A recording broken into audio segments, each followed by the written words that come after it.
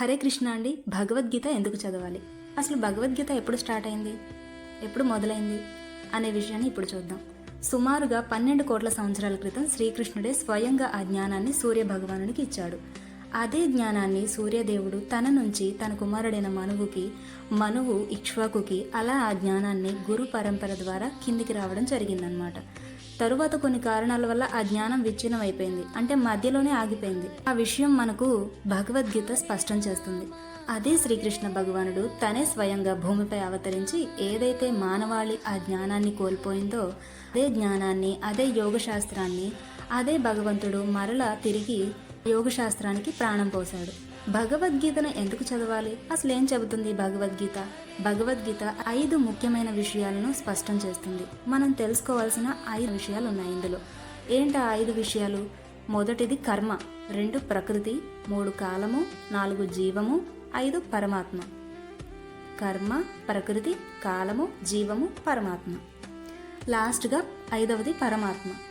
మిగిలిన 4 ఏవైతే ఉన్నాయో వాటన్నింటికి కూడా మనం ఎఫెక్ట్ అవుతూ ఉంటాం. అది ఎలానో ఇప్పుడు చూద్దాం. మొదటిది కర్మ. కర్మ అంటే ఏంటిది? ఇలా అయిపోయింది, ఇదేంటి, ఇది నా కర్మ, ఇది కాదు కర్మ అంటే. భగవద్గీతలో కర్మ అంటే లోతైన అర్థం ఉంది. భగవద్గీతలో కర్మ అంటే మాట్లాడడం, రోజులో మనం చేస్తున్నటువంటి పనులు, మాట్లాడడం, ఆలోచించడం, పని చేయడం, చెడు మంచి, అలాగే మన కర్తవ్యాన్ని నిర్వర్తించడం అన్నీ కూడా కర్మే. కర్మ చేయకుండా మనిషి ఒక్క సెకండ్ కూడా ఉండలేడు.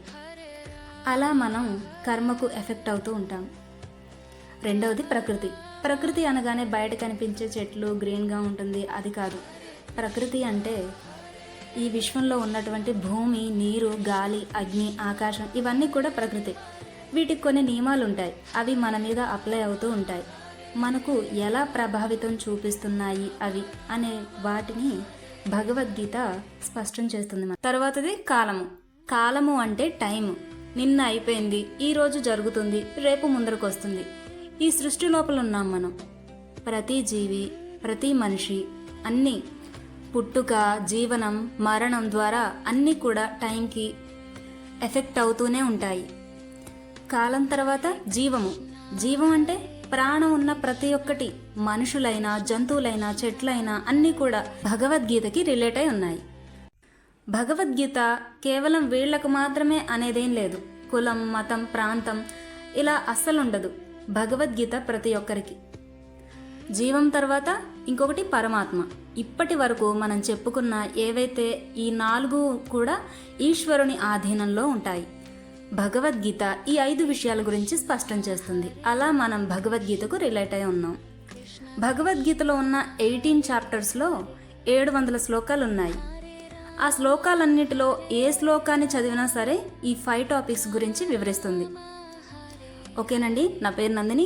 ఈ టాపిక్స్ గురించి డౌట్స్ ఏమైనా ఉంటే కామెంట్ ద్వారా తెలియజేయండి. వీడియో నచ్చితే లైక్ అండ్ షేర్, సబ్స్క్రైబ్ చేయండి. హరే కృష్ణ.